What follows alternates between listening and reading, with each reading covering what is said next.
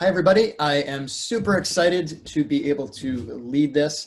Let you know a little bit of a secret here. There's probably some degree of social engineering that went into this. I think previously, Professor Reggae mentioned the Layer 8 podcast, as I was so fortunate. It's a podcast that I host, and I was so fortunate to get Tinker and Snow on there for a Q&A, and the feedback to that was incredible. So many people said you have to have them back. And I definitely wanted to do that. So I use this as an excuse to do exactly that. So what we're going to do is another Q&A, Ask Me Anything with Tinker and Snow. These are two of the best physical social engineers that I know of in the entire world. Some of the things that they have done, stories they tell are just incredible. So I really want to make this all about your questions. I have a ton of questions in case people don't ask, but there's a Q&A box where you can put in questions from them. But I guess two things. First, let's see.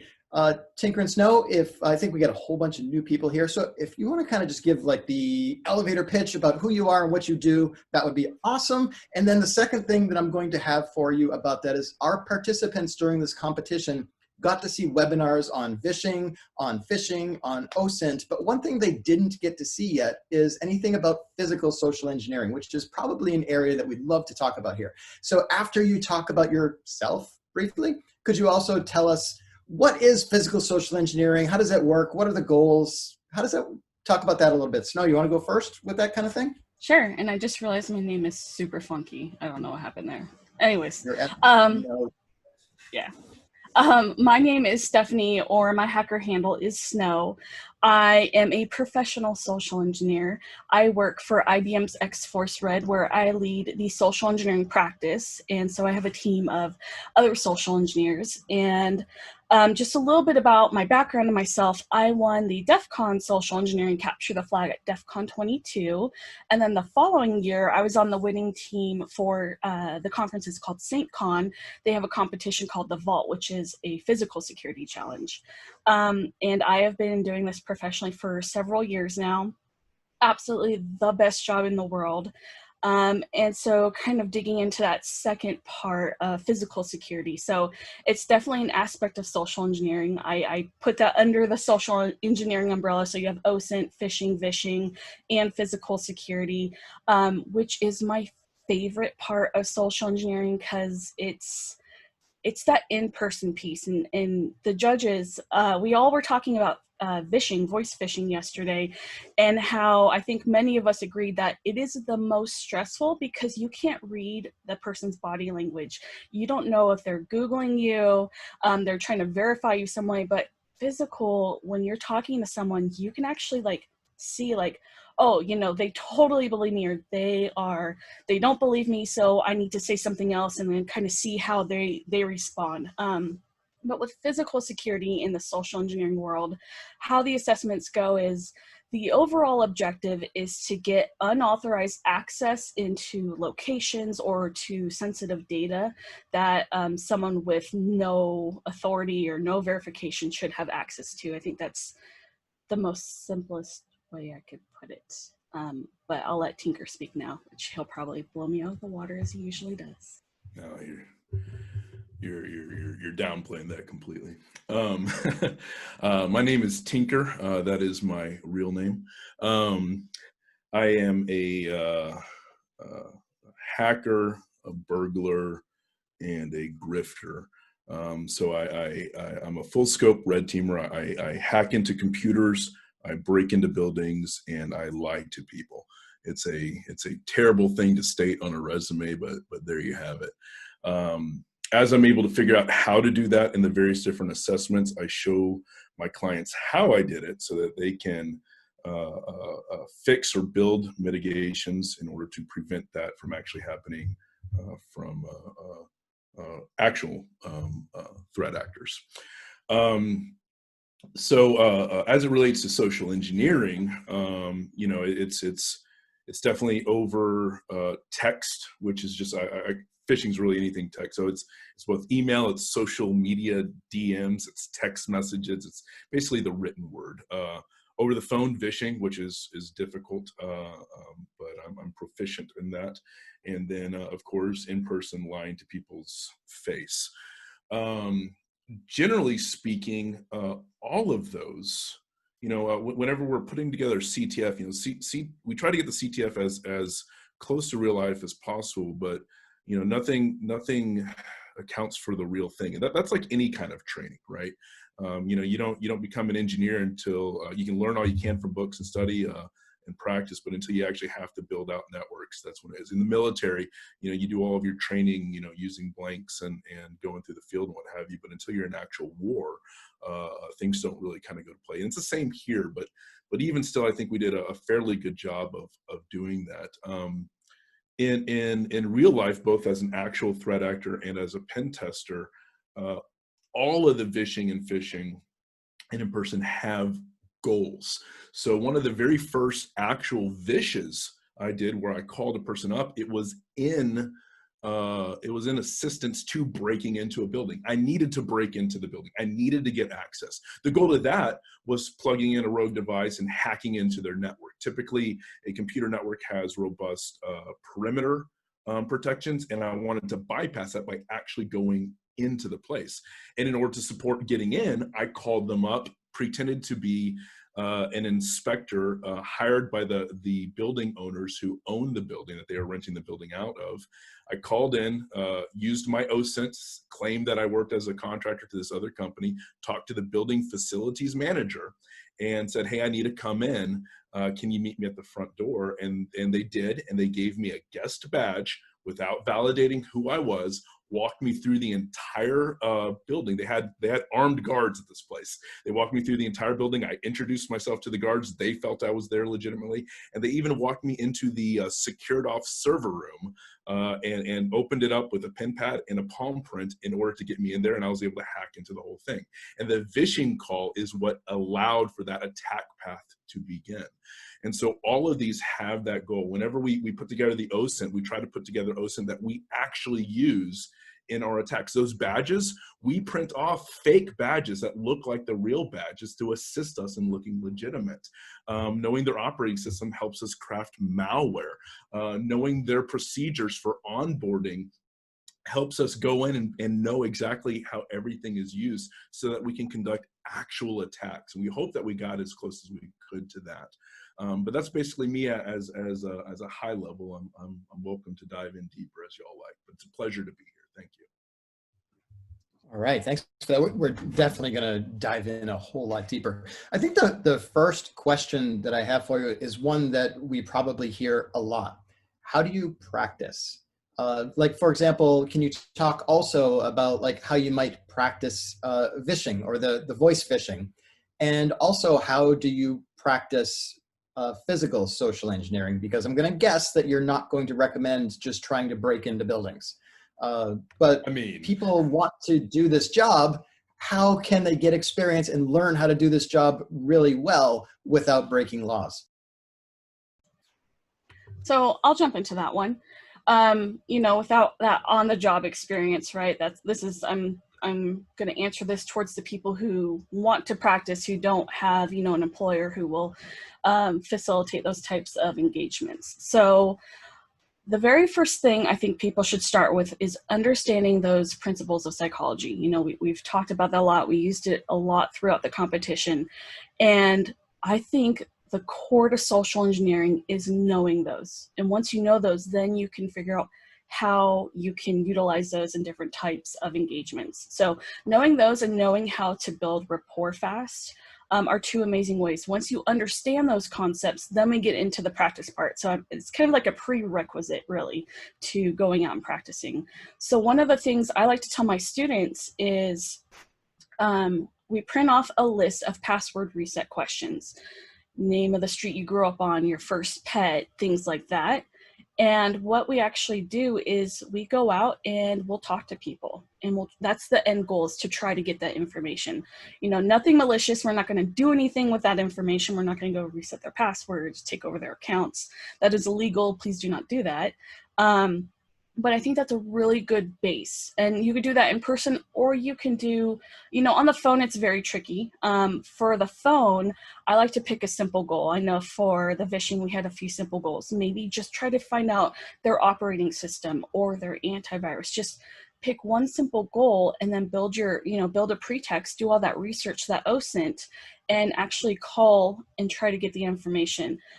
Again, that kind of gets into a tricky situation, but I think if you have a simple goal, you're making phone calls. I don't see any harm in that. Don't bother people. Don't, be aggressive and things like that, especially if you're calling real people. But that is how I like to recommend practicing.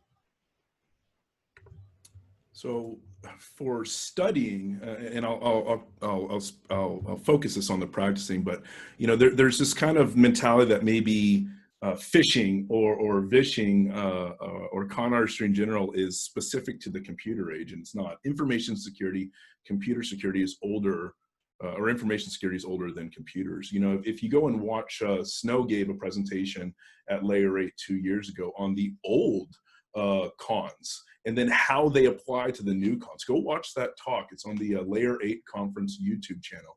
And it gives you kind of the background on it. None of this is new. We've been doing this since the dawn of age, when we lie to another person to get what we want. Con artists have a very rich and full history on the criminal side of things. And I recommend looking into that, as well as spies. So how can we do it today, right? So for phishing, go and study email marketing. Go and study social media marketing. If you want practice, get an email marketing job if you can over the summer, right? Send those email what are they trying to do? They're trying to get attention. They're trying to have an action. Click on a link. Do this thing. That's con artistry, right? For vishing, sales calls. Any kind of do cold calling where you call up people, you can do sales calls right now, since we're in the midst of, at least in the United States, within the politics. If you want to volunteer for your political party of choice and do cold calling to go out and have people vote for whoever it is you want them to vote for, that's practice you can do right now and volunteer. Those sales calls are vishing. You're trying to build rapport, you're trying to find out about the individual target, you're trying to get an action out of it. In person, I recommend improv classes in groups. Look around meetup.com and look up local improv that has you playing off of each other in that spur of moment. You have to read people's body language. You have to immediately know what's going for them, if and what kind of role you have to do on it, and you play off of each other. That's about as close. Improv is about as close as you can get in real life. If you want to go specific on actually tailoring email to the attack and vishing, really the best way to do it is through role play. If you're familiar about Dungeons and Dragons, it's very much within the same space, right? So call each other. You have groups here already. If you don't, you can find groups, right? Call each other and have one pretend to be the con artist and the other pretend to be the mark. Email each other, very similar to how you do it in social media as well. We have a classic thing of, as we're going out there doing it, we try to hack ourselves.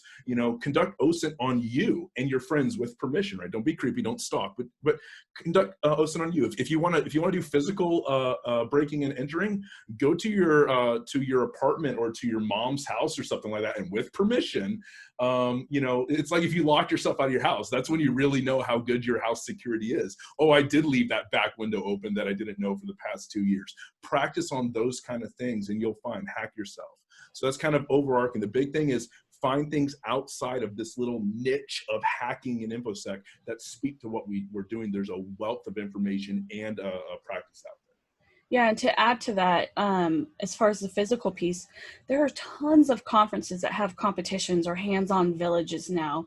And I just get involved, look what is local to you, and I think you'd be surprised with what you find. I know tons of conferences are now leveraging a lot more of things that are outside of just lockpicking, right? They'll have RFID cloning and different types of bypassing. So I think being involved in the community and seeing what types of conferences are local to you and what types of villages they have could also be very beneficial.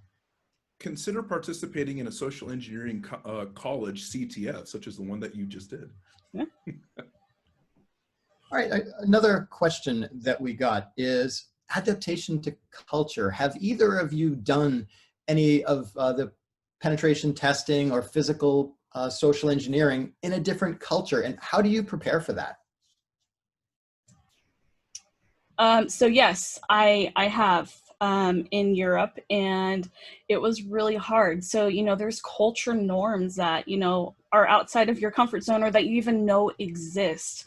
So lots of prior studying beforehand goes a long way. Finding people in those areas too, and just even conversing with them, asking them different things could go a long ways. For me, when I did mine in Amsterdam, it was difficult because I also felt like I didn't dress the same as everyone there, so I stood out. I actually walked into the lobby, and the receptionist in the lobby just was like, "You shouldn't be here," and all I did was stand there. So I think there's definitely prior research, and I know, Tinker, you've also had experience in doing physicals in Europe and things like that, so I'll let you take this one too. Sure. So I've conducted operations throughout the United States, which has its own cultural pockets and norms, and can as well, and throughout Europe. Kind of a big thing to know is that every area has its own cultural bias, right? Chris Hagnacki spoke about, don't, this, don't be offended or whatnot. It has nothing to do with offense. It has everything to do with your mark. Your mark is everything. So know what their bias is. So a couple things to know is that cultural bias is not universal, right? Every single mark within, they have unique aspects of them as an individual and their family upbringing. They have unique aspects of their group identity and within their regional elements as well. It all plays into a bias as a concept. The other big thing is your bias is not your mark's bias. So just because you might be easily fooled by something, there's a weird meme that says, "Oh, well, women are best because if they're going after guys, all guys, fall head over heels in love." That is not universal and speaks very much to the individual speaker themselves than as opposed to what's out there. So your bias is not your mark's bias. As an example, I did 2 hits back to back. I did 1 week in Italy and immediately went down to France and hit several places in France. And so I had to immediately learn the language and culture of Italy and then specifically study my marks that I was going there, and then immediately change my mindset in going down to France. And you play off of generalizations, right? Generalizations don't work everywhere, but at least it's a starting tool in this. So there is a meme, a concept that authority works well in Italy. And we kind of used that. We went in as auditors, as corporate auditors, and it really did work pretty well. It did kind of seamlessly go into it. It didn't work for everybody, but it worked on that generalization. Immediately, though, that backfired in France. In France, there's an antithesis to authority, and it's specifically the location that we had. They had recently suffered a cultural event. I won't go into detail, and it was a terrorist attack. And so they were very much on edge against any sort of outsiders, and we didn't pretend to be part of them. And so that's kind of thing is understand the bias of the mark, regardless of whether it's regional within your own country or whether it's overseas or in a foreign country as it relates to you. Yeah, and I can't emphasize enough on that research part. I was talking to a client who I was about to do a vishing assessment for, and they were telling me about how the last company they'd used to do a vishing assessment for them, they pretend to be a HIPAA auditor, which is, one of my favorite go-tos for physicals, right? It works really well. However, the company was based in Canada, and they don't have those same like HIPAA compliances. So, right out the gate, the person doing the work, they didn't do prior research, and their whole campaign completely failed. So that OSINT part of it is so important to any engagement. I can't stress that one enough.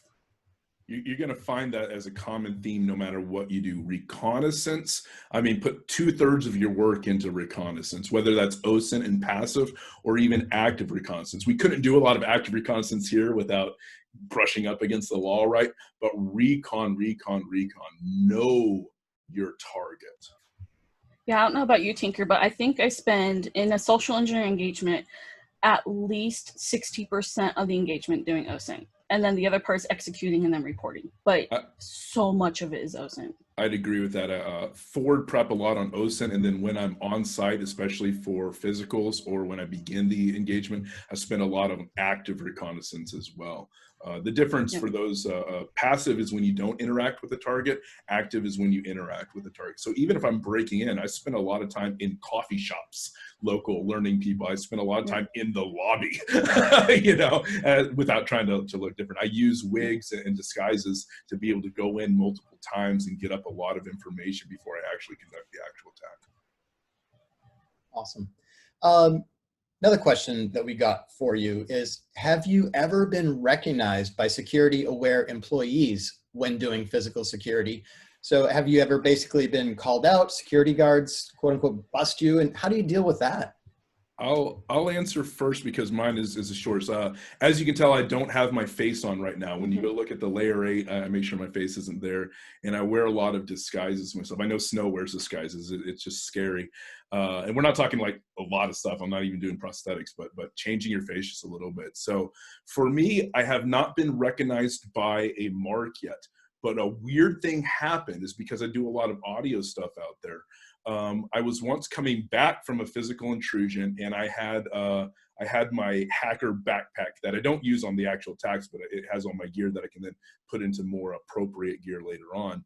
And I was on the phone talking to the person who was going to come pick me up, and a person walked by and goes, "Are you Tinker?" And I went, "What the flip?" And I go, you know, I didn't try to play it off. I go, you know, what are you talking about? He's like, "I recognize your voice, and I can tell that backpack is bought at Micro Center. It's unique to Micro Center, and the only type of person who would carry that specific backpack is a hacker. So I know it had to be you." And I was like, that is creepy. Someone identified me off of both my voice and my backpack. I'm lucky it hasn't happened on a mark, and I go to great lengths on that. That's awesome. No, I've been pretty lucky where I haven't been recognized by anyone. I mean, I do use a decent amount of disguises, typically when I'm doing like recon stuff, where I'm not necessarily interacting with people or, you know, keeping my distance. I won't wear disguises. Sometimes even the first go around, I might not wear disguises. The disguises mostly come in handy for me is if my pretext gets burned. Like, you know, I try to go in, they stop me, someone catches me, I'm suspicious, whatever it is, that's kind of when I start to go to the disguise next, unless it's a really unique pretext that does involve some type of disguise. But no, I've never, knock on wood, been recognized during an assessment. But along those same lines, I know that when you do these types of assessments, you always carry a permission letter with you. How far will you go when somebody confronts you to, like, quote unquote, keep up the lie before you finally pull out that permission letter? I know sometimes people starting out in this might just, you know, a security guard's walking down the hall and be like, "Oh, you caught me, here's my letter." But how far will you two go? No, like, how far are you going to carry out this lie when somebody's like, "Who are you? What are you doing here? You got to go." I love this question, especially because I think Tinker and I have different views on this. So I'll try to go as far as I can. And that also comes with experience. The very first handful of physical assessments I did, one was in a hospital, and I was behind a desk after hours, and a security guard was coming right for me. I'm like, I'm done. Like, he knows I'm here. He's catching me. As he's like walking up to me, I'm like pulling out the letter to show him, and he just walks past me. He's like, "Have a good night." I'm like, "Oh, okay." But I will go as far as I can without having to show it. You know, I'll try to stay in character, talk my way out of as much as possible. But when it gets to that point where they're not buying it, you know, I'll let them make phone calls to try to verify me to see if that works. Because I have had people make phone calls and be like, "Hey, should this person be here?" Sometimes the person on the other line doesn't know, and they're like, "Sure." And so it works. But I'll go as far as I can, pretty much to the point where, like, "All right, we're going to call security, or we're going to kick you out," or whatever it is. And at that moment is when I pull it out and show them. I mostly agree with that. The part where I differ, and it's with respect. The big thing is to emphasize what Snow just said. The big thing is, like, look, we're doing security quality assurance. We're not actually breaking it, right? So in the military, if you get caught, you shoot your way out, right? So we're not doing that here. We don't have all the tools that criminal or state actors have. And so we're not going to bring those to bear. So the core of what we do is security quality assurance. And we're testing really for two things. We're testing to see if the security measures they have in place work as intended. And we're testing if they need more security, or maybe if a lot of places will hire us when they have no security to help streamline a roadmap in creating security, or to help even prove a need for security and get more funds for that. So that's the core. And that's the important thing to understand in this role as a pen tester, that the core is not to get the crown jewels. The core is to move towards the crown jewels or the object and test security along the way.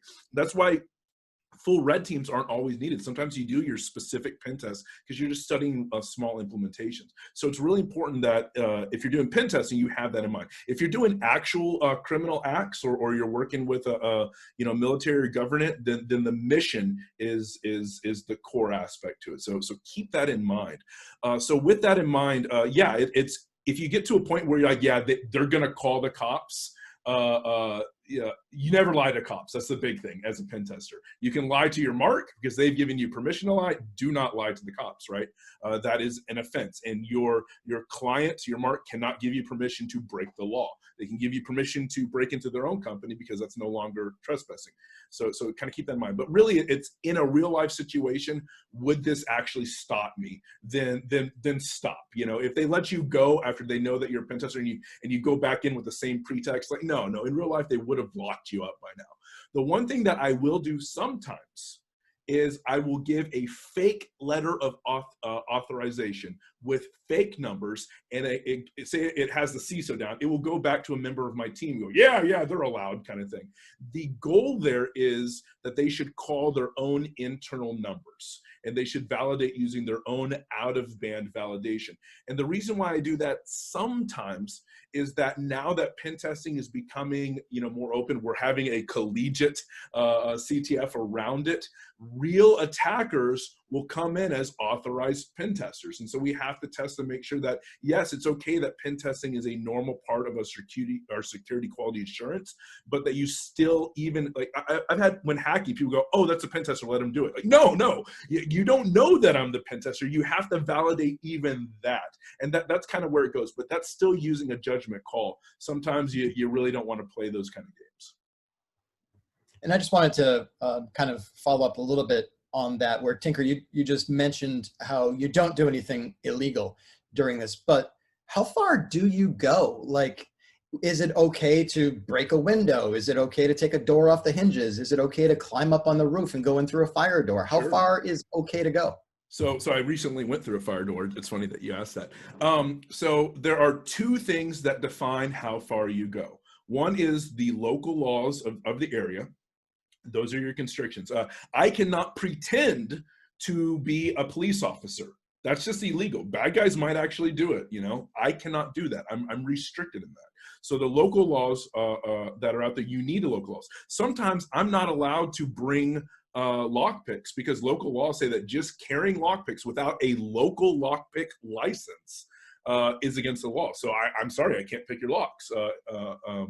I did a hack in another place in Italy where we were not allowed to hack into individual workstations because we hadn't gone through their local laws to get acceptance to do that. I was limited to server attacks, which was quite interesting. So local laws is the first thing. You cannot break those. The other thing is rules of engagement, and you're going to establish this with your client ahead of time. Most of them say non-destructive testing, so I'm not allowed to break a window, right?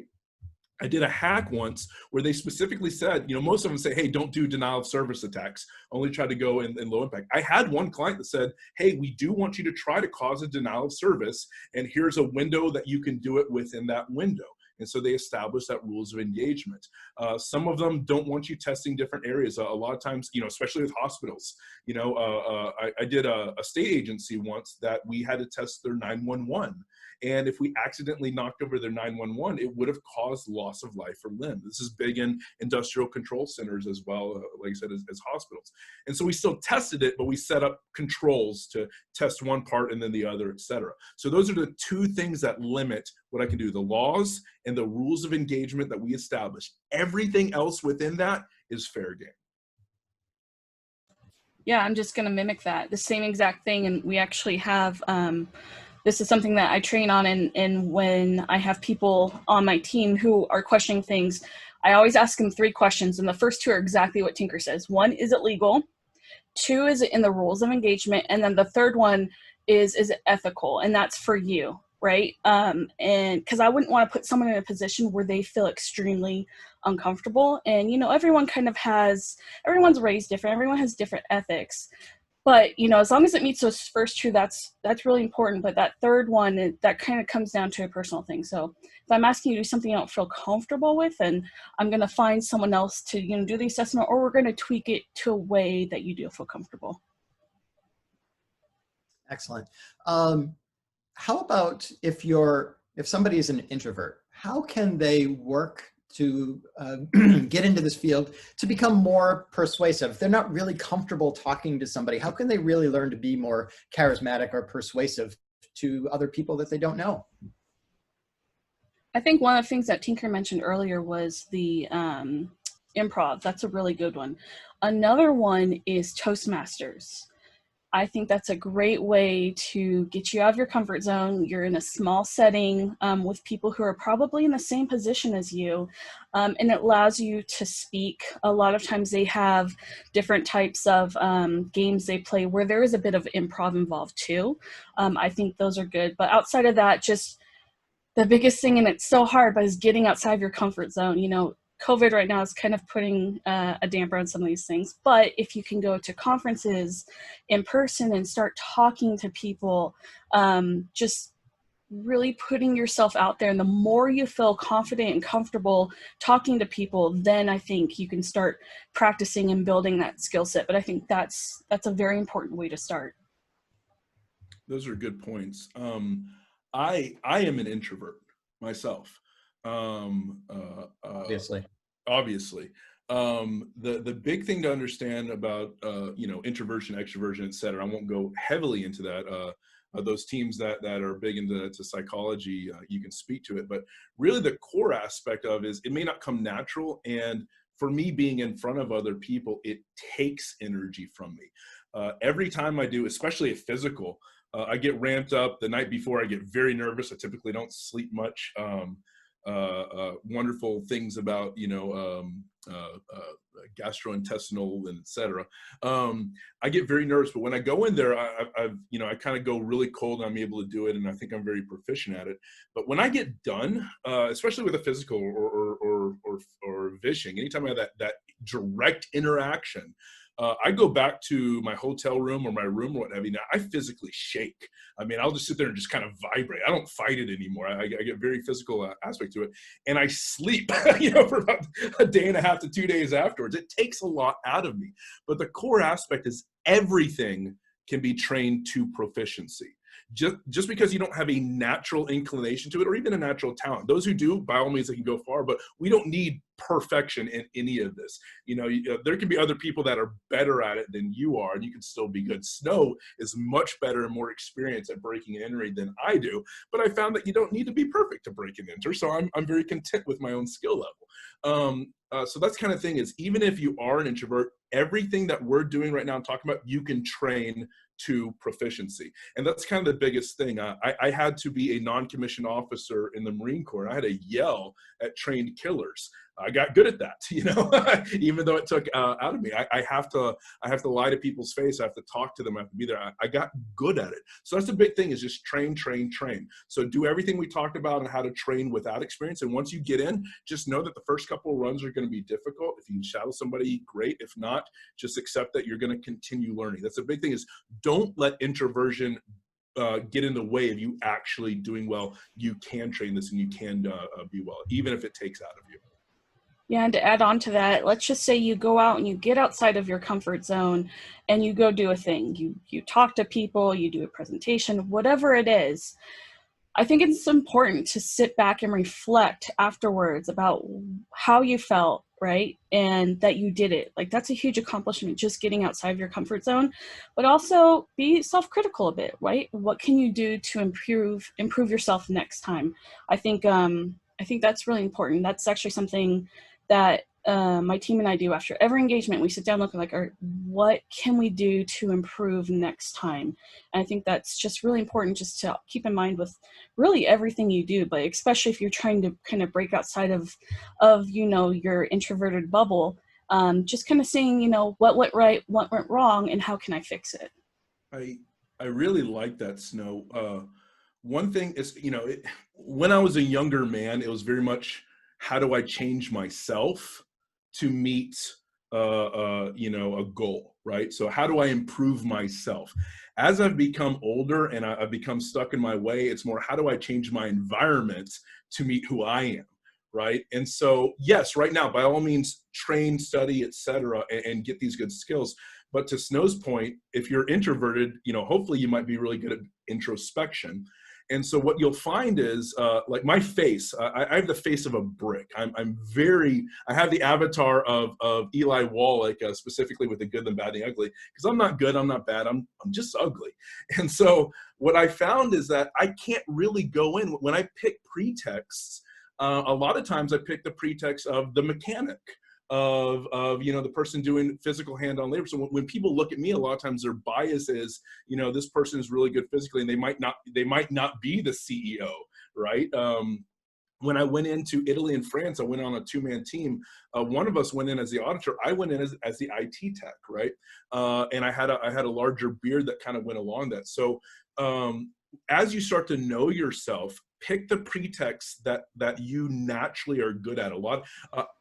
If you're good at IT, by all means, be the IT tech. If you're not good at IT, don't try to learn IT to become an IT pretext. Find out what you're really good at. I saw a lot of the teams out there do just that. If you know something, play to your strengths, and a lot of that goes into that introspection before and afterwards.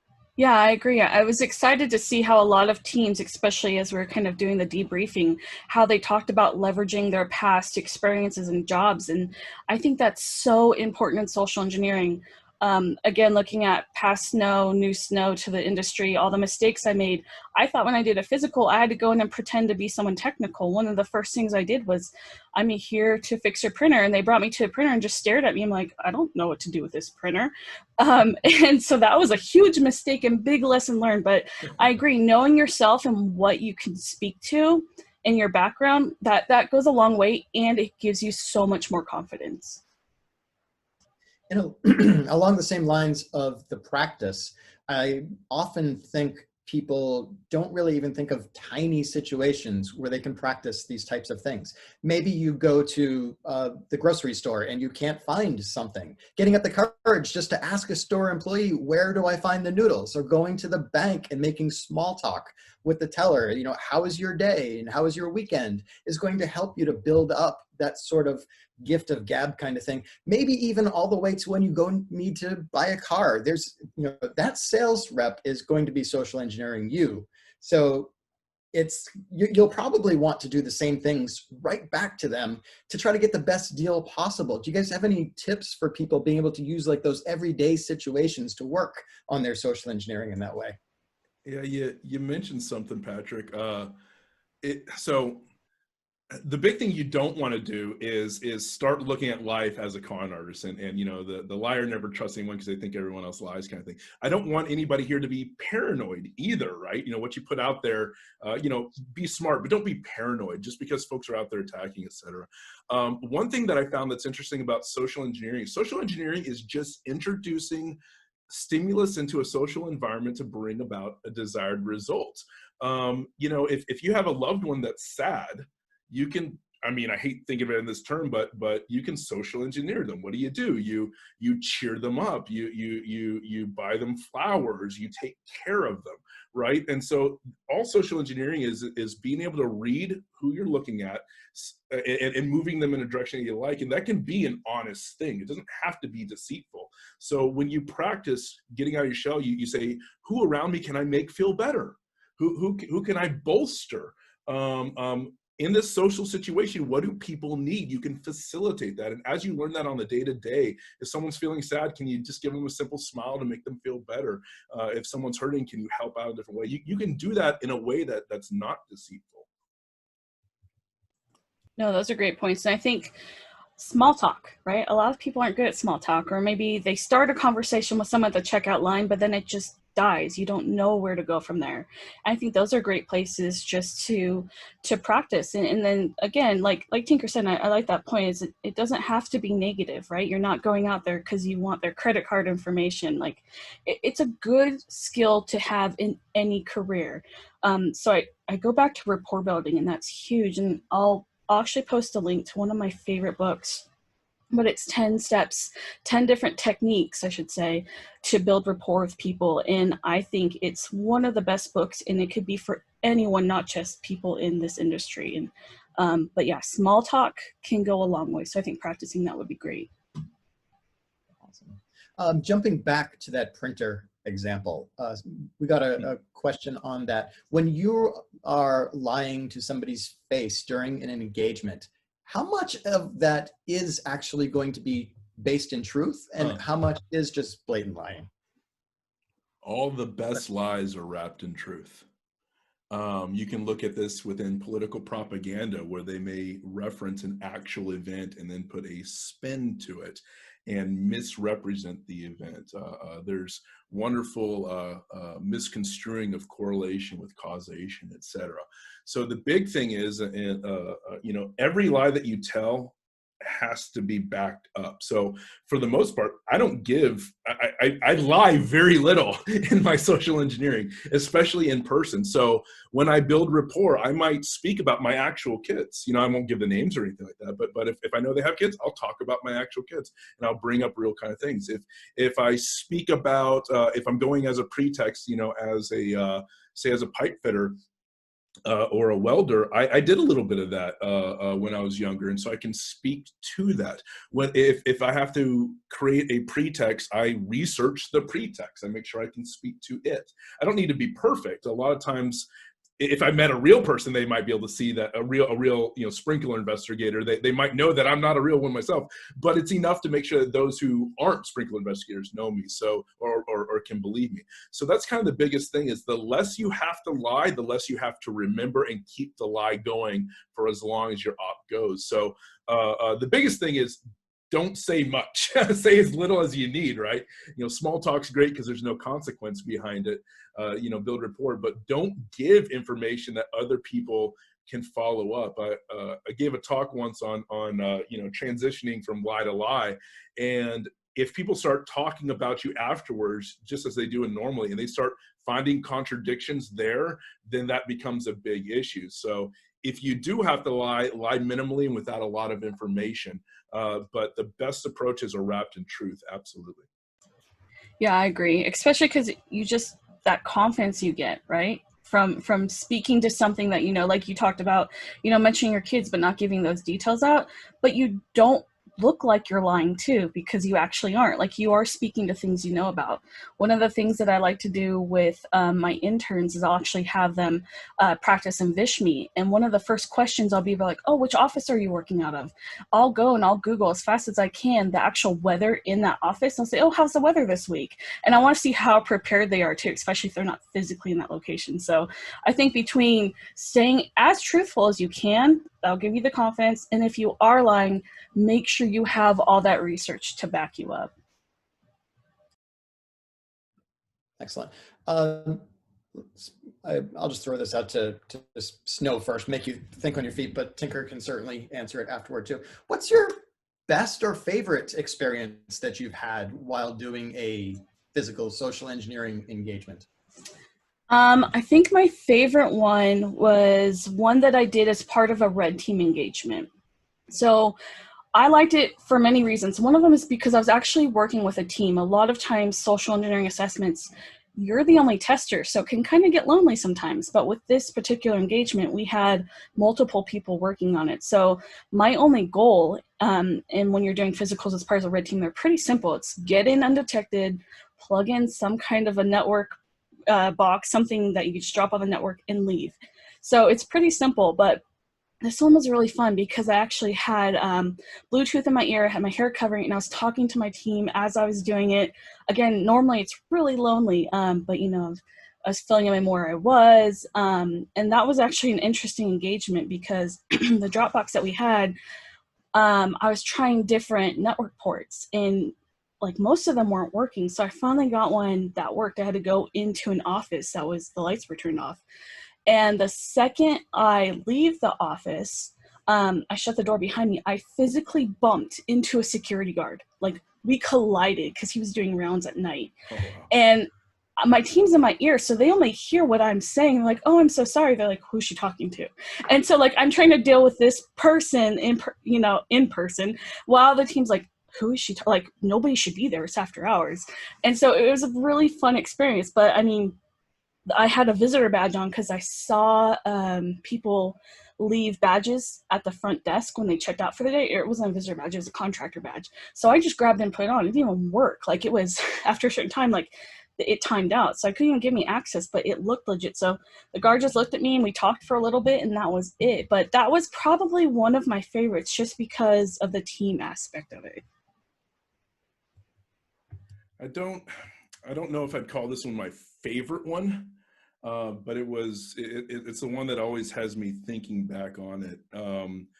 It was a physical, and so for the most part, you know, especially with what Snow said, sometimes you go with teams, a lot of times though you go yourself, and there's a separation between you and the mark or marks, and you're going in with very methodical, and even though you're thinking on your feet, et cetera, you're going after the goal. This one time though, ran into one of my marks, and we started talking, and naturally there was this chemistry between us. There's kind of this instant enamoring that I felt towards her, and in any normal circumstance, it would very much lead to, hey, I think you're interesting. Would you like to get coffee later on, right? There's a chemistry, the kind of electricity between the eyes, et cetera. And it just felt really, we got in kind of lockstep, and I immediately thought, like, I'm conning this person. I'm lying to this person. I'm misrepresenting myself to this person. And I had to kind of quickly bring myself back into where I was, and I conned a wireless password out of her, which felt terrible at the time. But that's kind of the biggest thing is that, you are interacting with actual humans. Whenever I do whenever I do like targeted spear fishes or targeting on a person, and I might build a dossier on them, I want to make sure that I don't hurt them. So there's a lot to say, hey, this person maybe is doing some wonderful nonprofit work. I'm going to con them through that. And an actual malicious actor may do that. But do you want to do that as a tester? If they find out about it, will they feel bad and change their life to the negative after you've left? Hacking, you never want to leave a back door open, right? And conning, at least as it relates to pen testing, you never want to make a person feel, more paranoid, lose trust in humanity afterwards.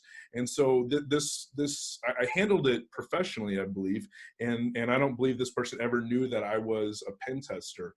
But it very much goes like, it's easy to kind of disassociate yourself and look at marks, and we call them marks for that very reason, to disassociate themselves and look at them as objects, but you're dealing with real people.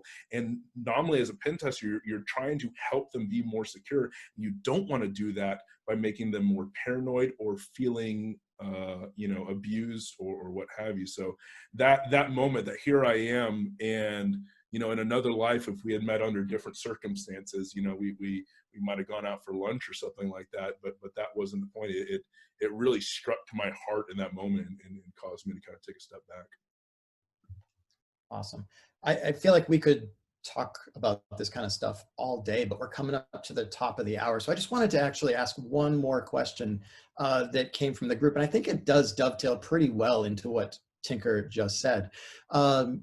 how do you deactivate negative feelings from another person? And maybe you do get confronted. Maybe there is somebody at the front desk that is just like, who are you? What are you doing here? You don't belong here. How do you kind of get over with that person and get them to kind of calm down and build that rapport and to trust you? Do you have any techniques that you typically can use for that kind of thing as well? I think the biggest thing for that is, if they are frustrated, is to try to be empathetic, right? Put yourself in their shoes. Why are they feeling negative? Why are they upset? And it's probably because you're inconveniencing them at some point, right? So I think once you're able to kind of just stop, put yourself in their shoes and think about how you could work with them or how you could improve their day or what you can do for them, they're more likely to want to comply. But I'm just, as I'm answering this, I think I maybe misunderstood your question. If you mean like if they're upset and like, how do I drop that? I think, that's kind of reflecting back on like they're doing their job, right? That's good. They should be stopping me. But there are a lot of times if I get stopped, like I get butthurt. Like I will be angry for a long time if I'm not successful. But at the end of the day, that's good. That's what should be happening. They should be stopping me. If I was an actual attacker, like who knows what could happen next. So I think once I'm able to get my mindset wrapped around that, it is a good thing.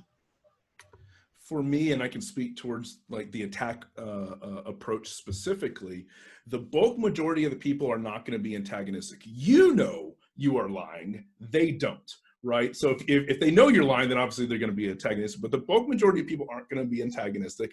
And honestly, the bulk majority of people aren't going to be there to cater towards you, even if their role is like concierge or whatever, where they're supposed to. The bulk majority of people are trying to live their life and do their job. And it's a very neutral kind of stance. And so you'll be able to go into it. If you can kind of fall seamlessly into that role of being part of their life, you're not going to get very many antagonistic folks.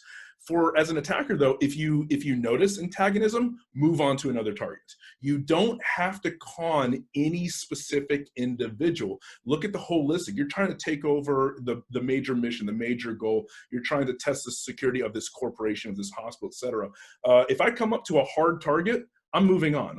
The opportunity costs are too high. Good. I'm glad that they have theirs, etc. Looking in like military and political stuff through assassinations. I remember a story of a group that was targeting other political actors to kill, to shoot them. And what they did was they came up across a couple, took out a couple targets, and they came up to one general who every time when they came out of the house, looked around, made sure they were situationally aware, changed their target, etc. And they just decided not to kill him. They moved on because he was too much of a hard target and would maybe bring down their operations. And I don't mean to get that deep and violent, etc. But that's kind of the big thing is you don't have to hack every computer. You don't have to make every person believe you. If you recognize that antagonism, cool, drop it, move on. Yeah, that's great. And that falls right into one of the beliefs that I often have when I'm doing fishing is I might send out dozens or hundreds of fishes, but it only takes one. As long as I just get one to work, I'm probably going to be able to get in. So I would think that can probably fall along the same lines of what you were just describing there, Tinker. Exactly. We're coming up to the top of the hour. We still have like so many questions that are in the Q&A. So if Tinker, Snow, or any of the other judges have time and wants to take a look through those and answer those for people, that would be awesome. Also for our attendees, our competitors that are here, we are going to be restarting with the debriefing sessions in just about an hour at 2 p.m. Eastern. So we'll be doing those. But I just wanted to say thank you to Snow and Tinker for doing this. This was so much fun.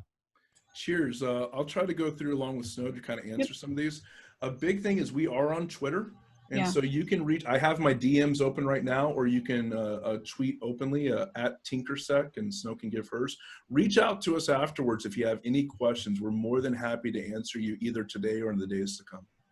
Yeah, absolutely. Open DMs too. Tweet at us. We love helping. My Twitter is _SN0WW. But yeah, thank you again, Patrick, for hosting, and Tinker for your lovely comments as well. Indeed, madam, indeed.